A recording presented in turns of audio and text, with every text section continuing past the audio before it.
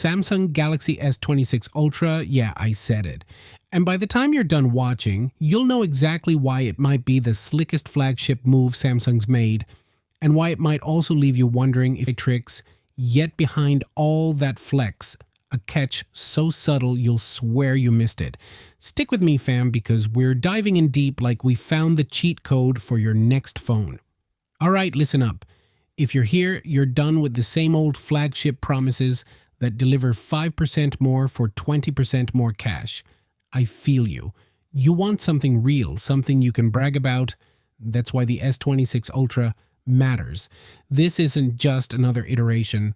Leaks say Samsung is pulling something bold, game-changing display tech, advanced AI, camera upgrades that make your last year's phone look like a toy. But here's the thing, with all the hype, there's always a trade-off.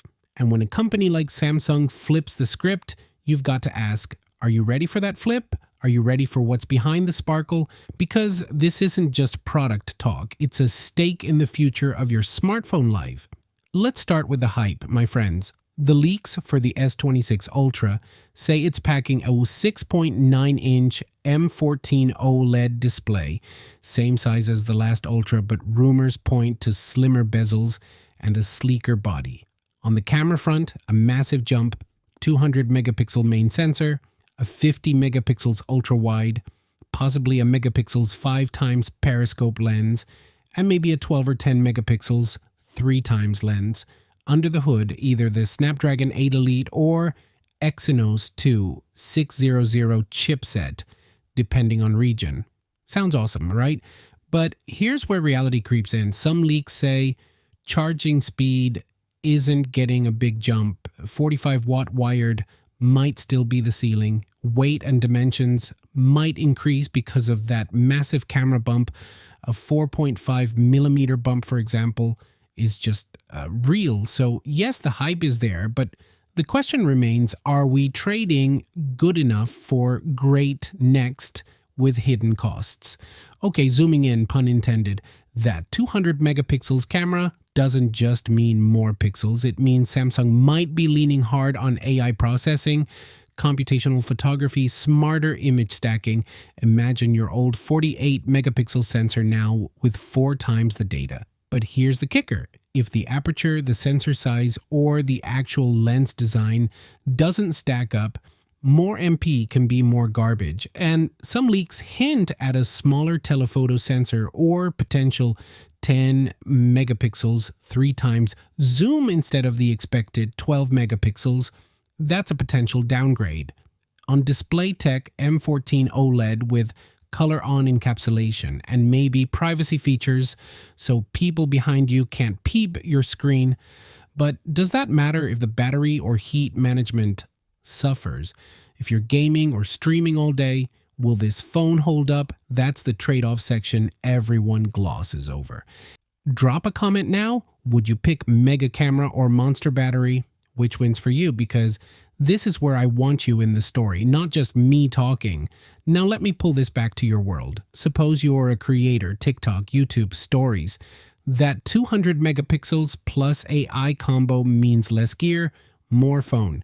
You're uploading pro-look content straight off your pocket. Sounds slick, but let's say you're a busy professional, commuting, meetings, quick breaks. A slim body sounds good, but if the batteries only hold in last year's capacity, 5,000 milliampere or slightly up, and charging is still 45 watts, that might bug you. If you're a casual user, browsing, social media, maybe this phone is overkill and you'd be fine waiting for the next run. Also, if you like deals and accessories, there's a sponsorship angle, high-end cases, camera gear, creator bundles. This phone opens those doors. But if you're cost conscious, the value question becomes, is upgrading now worth it, or should you sit tight? Here's where I sound like your shady tech dealer in the back alley, but with honesty, Samsung might use this S26 Ultra to reset expectations. I'm talking about ecosystem lock-in, accessory boom, post-launch features. If you buy this phone now, you're buying into the next wave of things, not just the phone itself. That means early adopters might roll premium features while waiting for maturity.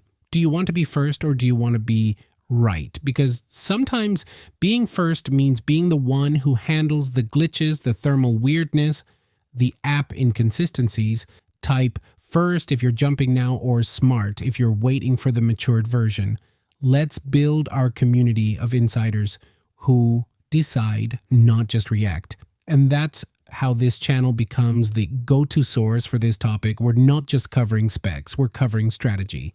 All right, fam, let's tie it up. The Samsung Galaxy S26 Ultra might just be the boldest flagship of the year. Display tech that wows, cameras that tease the future, performance that says, I'm ready, but it also comes with trade-offs, possibly slower charging, maybe less battery headroom than you hoped, and the premium cost that demands you commit. So, number one, if you want the best now and you don't mind paying for early advantage, this could be your device. Number two, if you're value sensitive, you might be better holding off. And three, whatever you decide, do so with knowledge. Don't be hyped, be informed. If you like this breakdown and you're part of this tech-savvy fam, hit that subscribe button, ring the bell, and join the insiders. Drop first or smart in the comments. I'll read the top replies in our next video where we compare this beast versus the iPhone 17 Pro Max. Share this video with a friend who's about to upgrade and thinks all phones are the same. They'll thank you later. Until next time, stay sharp, stay hungry, and keep sipping that tech tea like you own the room. I'll catch you in the next one. Peace out.